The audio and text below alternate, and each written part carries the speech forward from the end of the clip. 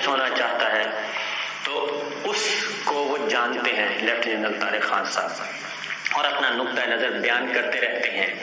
اور وہ بڑے دبنگ ہیں، لہذا ان کو اس کمیشن کا سربراہ بنایا ہے۔ وہ اس لیٹر گیٹ کی تحقیقات کریں گے، نمبر 1۔ نمبر 2 یہ ہے جناب، نمبر 2 میں آتی ہے بات کہ اس لیٹر گیٹ میں جو تحریک عدم اعتماد کے منحرف اراکین ہیں، پی ٹی آئی کے 8 ارکان، ان کے ساتھ غیر ملکی سفارتکاروں کے رابطے، ملاقاتوں کی تفصیلات بھی ہے۔ یہ اس میں کوئی شک نہیں کہ یہ جو تحریک عدم اعتماد ہے یہ پلانٹڈ ہے، یہ آرگینک نہیں ہے، 1% بھی شبہ نہیں ہونا چاہیے کہ یہ آرگینک ہے، یہ پلانٹڈ ہے اور اس پہ آگے بڑھا جا رہا ہے۔ اور لہذا جنرل طارق خان ایک دبنگ آدمی، طاقتور جنرل، ریٹائرڈ جنرل لیکن طاقتور، اور اپنی بات کہنا بھی جانتے ہیں، منوانا بھی جانتے ہیں، اور اس کمیشن کو مزید بااختیار بنایا جائے گا۔ ابھی اس کے آنے ہیں ٹرمز آف ریفرنس آنے ہیں کہ وہ کیا کیا کر سکے گا، نمبر 1۔ اور اس کمیشن کی منظوری کابینہ کے اجلاس میں کابینہ اپروو کرے گی، اور اس کے بعد یہ سارا سلسلہ ہوگا۔ ایک چیز تو یہ ہو گئی، دوسری بات یہ ہے جی کہ آئینی ماہرین سے بھی مشاورت کی ہے، اور دوسرا سرپرائز یہ ہے کہ وہ ریویو پیٹیشن فائل کر رہے ہیں سپریم کورٹ کے فیصلے کے خلاف، نظر ثانی کی اپیل۔ اور نظر ثانی کی اپیل بہت ہی مدلل تیار کی جا رہی ہے کہ سپریم کورٹ کا یہ فیصلہ آئین کے بنیادی روح سے مطابقت نہیں رکھتا، یہ اس کا ہوگا روح ہے، اس کا میں پوائنٹ بتا رہا ہوں کہ سپریم کورٹ کا لارجر بینچ کا فیصلہ آئین کی بنیادی روح سے مطابقت نہیں رکھتا، اور اس میں انکروچمنٹ ہوئی ہے، اور جو کہ آئین پاکستان ہے وہ کہتا ہے کہ عدلیہ، مقننہ، انتظامیہ ایک دوسرے کے اندرونی معاملات میں مداخلت نہیں کریں گے، اپنا کام کریں گے، جو آئینی کردار دیا ہوا ہے تینوں اداروں کو وہ کریں گے۔ عدلیہ اپنا کام کرے گی قانون کی تشریح کرنے کا، ایگزیکٹو اپنا کام کرے گی، مقننہ لیجسلیشن کرے گی، لیکن اس فیصلے کے بعد اسپیکر جو ہیں وہ ایک بن گئے ہیں، ربڑ اسٹمپ بن گئے ہیں۔ اس فیصلے کے بعد جو وزیر اعظم کی سربراہی میں اجلاس ہوا، آئینی ماہرین نے ان کو بتایا کہ اس میں اسپیکر باؤنڈ ہو گئے ہیں، اسپیکر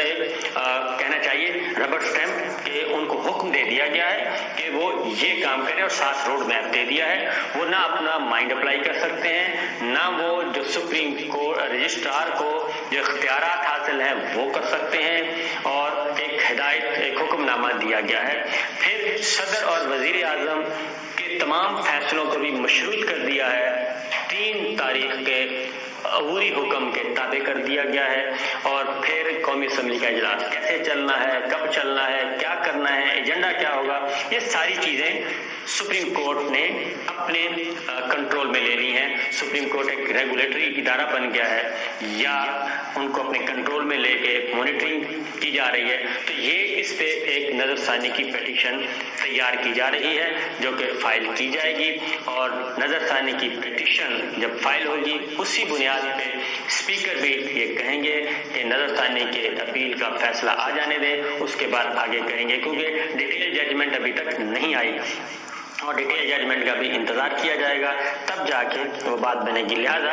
ایک تو یہ ہے، دوسرا سپریم کورٹ آف پاکستان کے فیصلے کے اندر رہتے ہوئے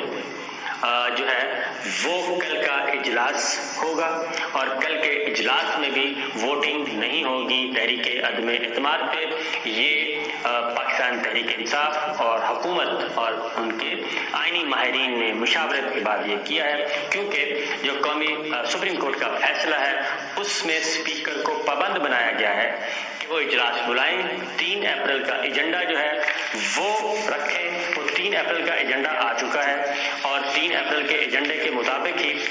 ہوگا، اور اس میں کوئی نہیں رکھا جائے گا۔ 3 اپریل کا ایجنڈا پھر قومی اسمبلی کے کل کا ایجنڈا بھی جاری کر دیا گیا ہے۔ سپریم کورٹ کا فیصلہ جو ہے وہ پہنچ چکا ہے اسپیکر کو، انہوں نے آئینی ماہرین سے بھی مشاورت کر لی ہے اور شعبہ قانون ہے ان سے بھی مشاورت جاری ہے ابھی تک، اور اس کا جائزہ لیا جا رہا ہے۔ ایجنڈا کل کے اجلاس کا بھی جاری کر دیا ہے، وہی 3 اپریل کا جو ایجنڈا تھا قومی اسمبلی کا وہی کل ایجنڈا ہوگا۔ آئٹم 4 پہ تحریک عدم پہ ووٹنگ ہے، اور دوسرا فیصلہ یہ کیا ہے کہ کل قومی اسمبلی کے اجلاس میں بھی یہ لیٹر گیٹ جو ہے اس کو رکھا جائے گا ارکان پارلیمان کے سامنے، اور ہو سکتا ہے اس پہ بحث کا آغاز ہو جائے۔ تو لہذا اسپیکر کو پابند کیا گیا ہے کہ کل اجلاس بلانا ہے 10:30 بجے سے لیٹ نہیں ہونا چاہیے، وہ انہوں نے بلا لیا، ایجنڈا جاری کر دیا، اور جب اجلاس ہوگا تو اس میں پھر کارروائی کا شروع کیا جائے گا۔ اس میں یہ لیٹر گیٹ سامنے آئے گا، اور اسپیکر کو حکم دیا ہے کہ آپ نے پروروگ نہیں کرنا، یعنی غیر معینہ مدت کے لیے اجلاس ملتوی نہیں کرنا جب تک کہ تحریک عدم اعتماد نمٹا نہ دی جائے، اس سائڈ پہ یا اس سائڈ پہ نمٹا نہ دی جائے۔ تو لہذا پروروگ کا مطلب کیا ہے؟ پروروگ کا مطلب ہوتا ہے اجلاس کو غیر معینہ مدت کے لیے ملتوی کر دینا،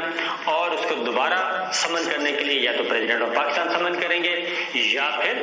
ریکوزیشن دی جائے گی دوبارہ اجلاس بلانے کے لیے۔ لہذا یہ کل فیصلہ ہوا۔ ہاں البتہ اسپیکر اجلاس ایڈجرن کر سکتا ہے، اور سپریم کورٹ کے حکم میں کہیں یہ نہیں لکھا کہ یہ فیصلہ یہ تحریک عدم اعتماد کل ہی نمٹائی جائے، یہ فیصلے میں کہیں نہیں لکھا۔ پروروگ نہیں ہو سکتا، ایڈجرن ہو سکتا ہے۔ کل بحث ہوگی، گفتگو ہوگی، کیا ایجنڈا ہوگا، اس سے پہلے اس پہ بات چیت کے بعد قومی اسمبلی کا اجلاس ملتوی کر دیا جائے گا۔ وہ 2 دن کے لیے بھی ہو سکتا ہے، وہ 4 دن کے لیے بھی ہو سکتا ہے، وہ 6 دن کے لیے بھی ہو سکتا ہے، وہ اجلاس ملتوی کر دیا جائے گا۔ تو سپریم کورٹ کے فیصلے کو بالکل تسلی سے پڑھا گیا ہے، اس کا ایگزامن کیا گیا ہے۔ لارجر بینچ کا جو فیصلہ آیا ہے اس فیصلے کے روح سے اسپیکر اجلاس بلائے گا، ایجنڈا جاری ہو چکا، اور اس پہ بحث ہوگی، اور اس پہ مزید جو لیٹر گیٹ آئے گا، اور اس میں آگے بھی کچھ سٹیپس ہیں اس کا بھی اناؤنسمنٹ ہونی ہے۔ تو وزیر اعظم عمران خان جو ہیں وہ آج رات جب قوم سے خطاب کریں گے تو اس میں مزید اپنا اعلان کریں گے کل کے لیے۔ تو لہٰذا یہ بات ذہن میں رکھیے کہ یہ سپریم کورٹ نے جو فیصلہ دیا ہے وہ بظاہر تو ایسا ہی لگا، اپوزیشن نے مٹھائیاں تقسیم کی، اور انہوں نے کہا کہ چند گھنٹے کے مہمان ہیں وزیر اعظم عمران خان، اور اس کے بعد ہماری باری ہو جائے گی شروع۔ لیکن مجھے نہیں لگتا کہ وزیر اعظم عمران خان چند گھنٹے کے مہمان ہیں، ابھی تک وہ اس پولیٹیکل بیٹل کو کانسٹیٹیوشنل بیٹل بنا چکے ہیں۔ اب پولیٹیکل بیٹل بھی ہے، کانسٹیٹیوشنل بیٹل بھی ہے، اور یہ لڑائی جاری رہے گی۔ اور کل کا دن بھی کوئی مجھے نظر نہیں آ رہا کہ کل گنتی ہوگی، ووٹنگ ہوگی، اور تحریک عدم اعتماد کل نمٹا دی جائے گی، یا تحریک عدم اعتماد منظور ہو جائے گی یا مسترد ہو جائے گی۔ مجھے ابھی تک اس کا کوئی امکان نظر نہیں آ رہا۔ یہ تھی اب تک کی اطلاعات، انشاءاللہ مزید خبروں کے ساتھ پھر حاضر ہوں گے۔ اجازت دیجیے، اللہ حافظ۔